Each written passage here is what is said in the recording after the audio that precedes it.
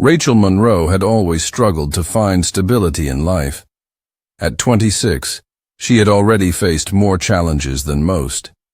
Growing up in foster care, she never had a real sense of family or belonging. When she became pregnant at 22, the father of her child disappeared, leaving her alone to raise their daughter, Sophia. Despite the hardships, Rachel adored her little girl. But love alone wasn't enough to keep a roof over their heads. She worked long hours at a diner, barely making enough to afford rent on their small, run-down apartment. Every month was a battle, and the stress of single motherhood weighed on her. When she met Eric Carter, things seemed to change. He was confident, strong, and had a way of making her feel safe. Unlike the men from her past, Eric wasn't a fleeting presence. He stayed, took charge, and promised her a better future. He had a steady job as a construction worker and knew how to handle life's difficulties. To Rachel, he was everything she lacked. She saw in him a protector, a provider, and someone who could finally give her the life she had always wanted. At tea. First, Eric was charming.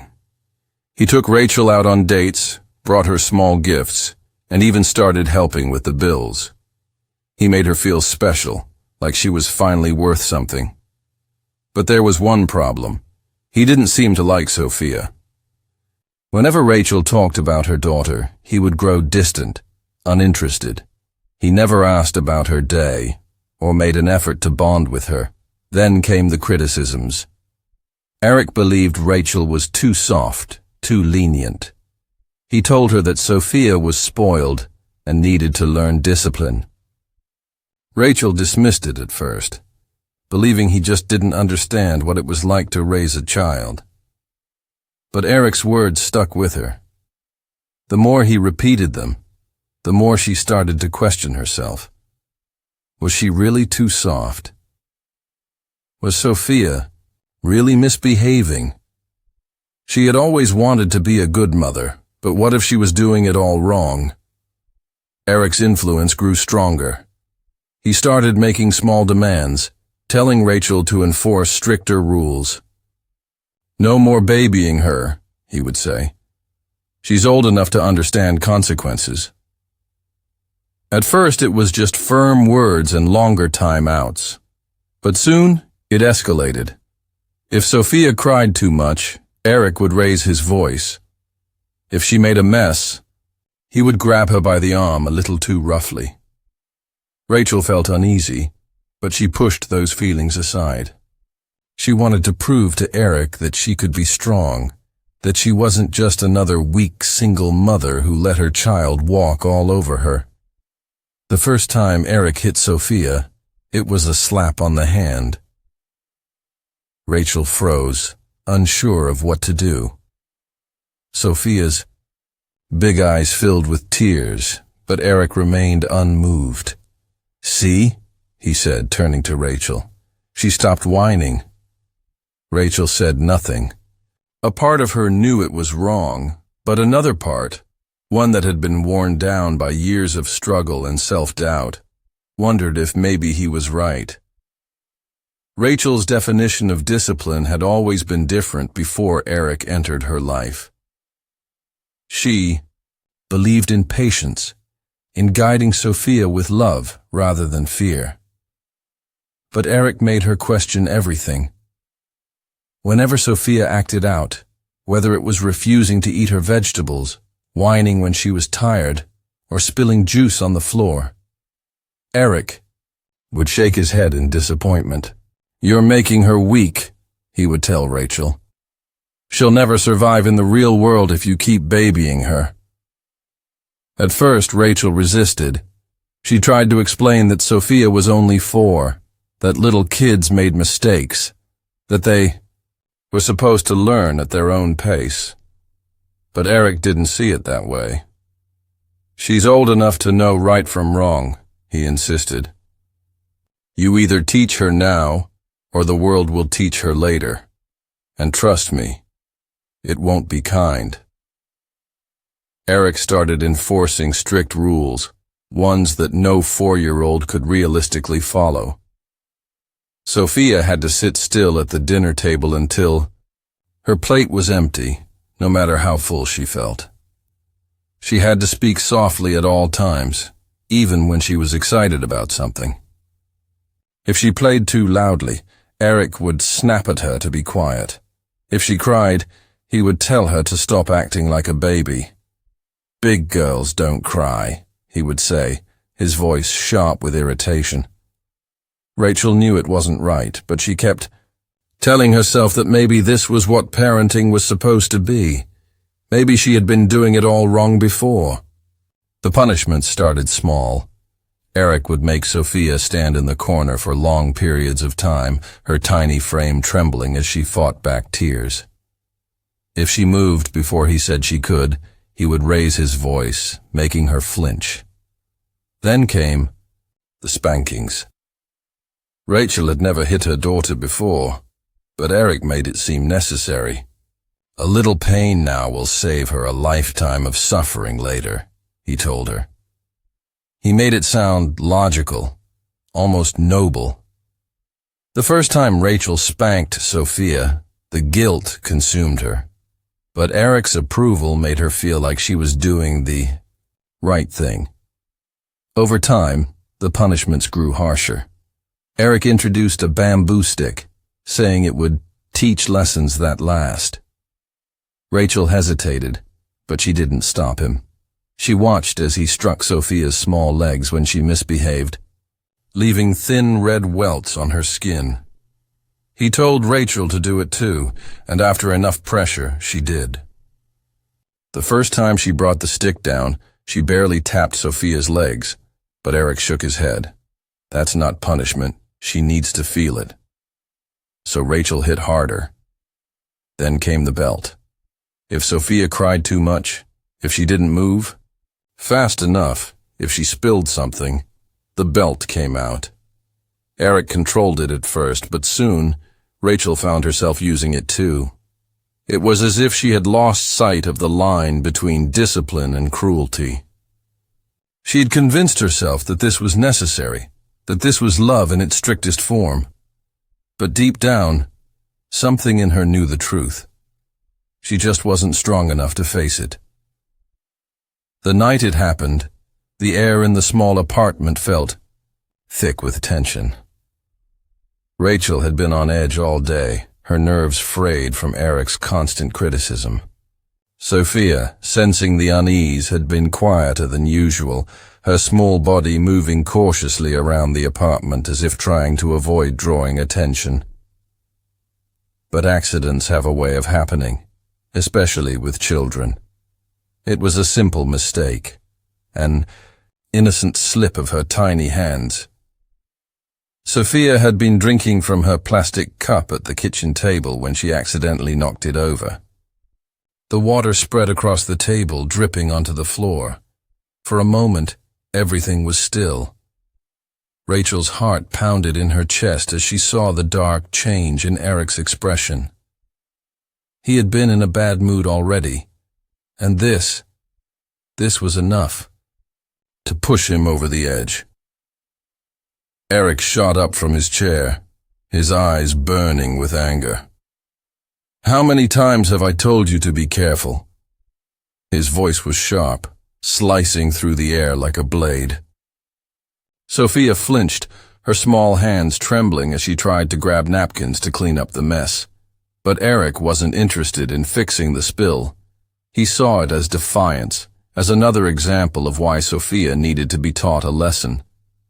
Before Rachel could react, Eric grabbed the bamboo stick from the corner of the room. He had left it there for easy access, as if it were just another household object. He gripped it tightly, his knuckles turning white. Rachel opened her mouth to say something, to stop him, but the words never came. A deep, gnawing fear kept her frozen. She had seen Eric like this before, and she knew what happened when she questioned him. Sophia let out a soft whimper as Eric raised the stick. Then the first strike landed. A sharp crack echoed through the apartment, followed by a choked sob. Sophia's small body jerked forward from the force, but Eric wasn't done. Again and again the bamboo stick came down, leaving angry red marks on her fragile skin. She cried, pleaded, promised to be careful next time. But Eric didn't stop. Rachel stood there, her hands shaking. The mother in her screamed to intervene, to grab Sophia and run. But another voice, the one that had been conditioned to obey, told her that this was necessary, that this was what discipline looked like. And then, as if on autopilot, she reached for the belt. She didn't know why she did it. Maybe she thought that if she took over, Eric would stop. Maybe she believed she was in control. But the moment the leather struck Sophia's back, the little girl let out a scream so raw, so filled with terror, that something inside Rachel cracked. Sophia's cries weakened. Her body, so small and delicate, slumped forward. Rachel dropped the belt, her breath caught in her throat. Eric took a step back, as if suddenly aware of what had happened. Sophia wasn't moving. Her little chest barely rose and fell. Panic set in. Rachel rushed to her daughter's side, shaking her gently, whispering her name. But there was no response. The weight of what they had done settled over her like a suffocating fog. They had gone too far. And now, there was no turning back. Rachel sat on the floor next to Sophia's limp body, her hands trembling as she reached out to touch her daughter's face. Sophia's skin was still warm, but her breaths were shallow, almost non-existent. Panic surged through Rachel's chest. Her heart, pounding so hard she thought it might burst. This wasn't like before. Sophia had always cried after punishments, always sniffled and curled up into herself. But this time, there were no tears, no cries, no movement. Eric stood frozen, his expression unreadable.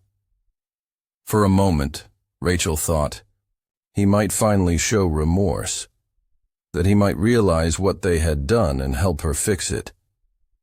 But instead, his face hardened.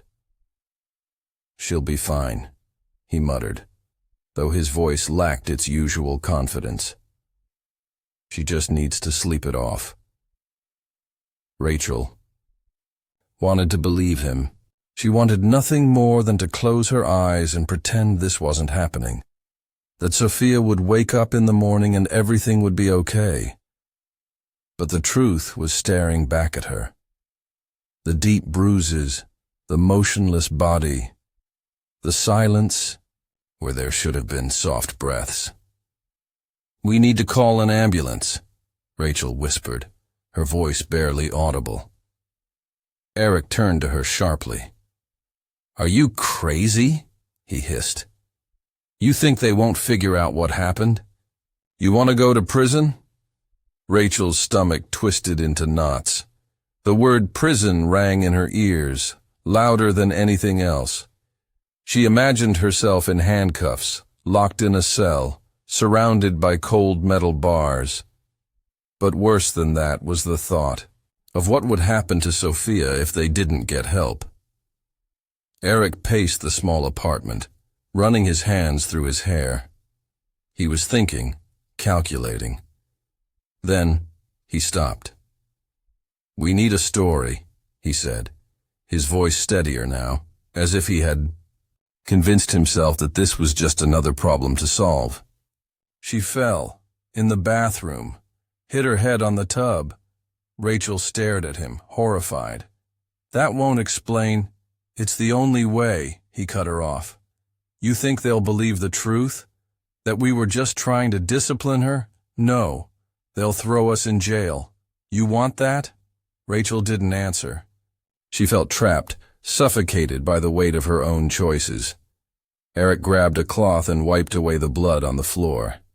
He took the bamboo stick and snapped it in half, shoving the pieces into a garbage bag. "Help me clean this up," he ordered, his tone sharp. Rachel moved in a daze, her body obeying even as her mind screamed at her to stop. She scrubbed at the stains on the walls, wiped down the furniture, threw away Sophia's torn shirt, anything that might raise suspicion. She told herself that if they could just fix this, if they could just make it look like an accident, maybe they wouldn't lose everything. Hours later, when they finally called 911, Rachel could barely recognize the sound of her own voice as she told the dispatcher, "My daughter fell. She's not breathing." The sirens grew louder, piercing the stillness of the night. Rachel sat on the couch, her hands clasped so tightly together that her knuckles turned white. Eric stood by the door, his expression unreadable, rehearsing the story in his mind. The apartment had been cleaned, the evidence erased, or so they thought. But no amount of scrubbing could wash away the truth. When the paramedics arrived, Rachel forced herself to stay calm as they rushed to Sophia's body. One of them checked for a pulse, while another pressed fingers against her tiny wrist. The silence between them was suffocating. Then, a slight shake of the head. No words were spoken, but Rachel understood. Sophia was gone. The police arrived. Moments later, a female officer knelt beside Rachel, her voice gentle yet firm. "Can you tell us what happened?" Rachel swallowed hard, her mouth dry. "She fell," she murmured, "in the bathroom, hit her head on the tub." The officer's eyes flickered toward Sophia's body, the bruises, the welts, the faint outline of a belt mark on her small back. "She fell?" the officer repeated, skepticism laced in her voice. Rachel nodded quickly.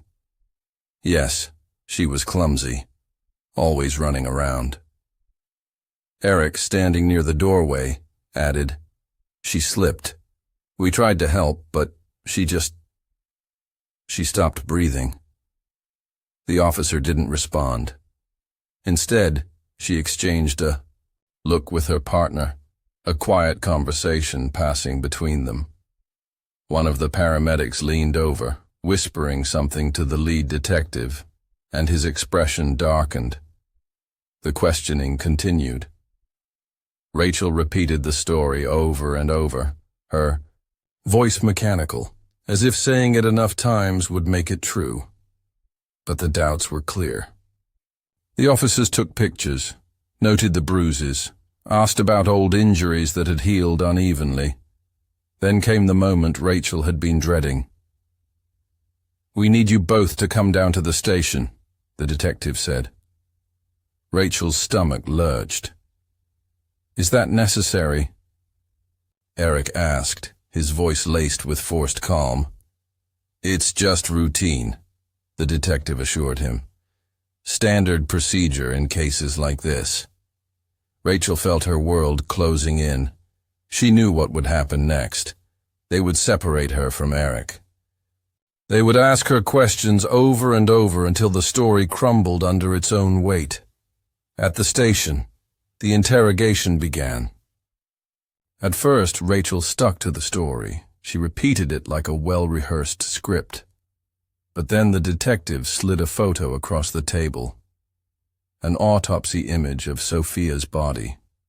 The bruises, the deep tissue damage, the truth carved into her small frame. "Rachel."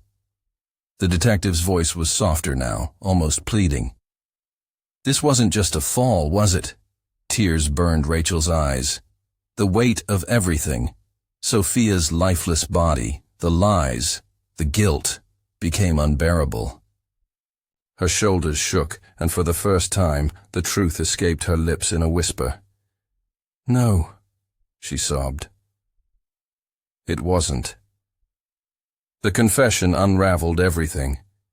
Eric was arrested first.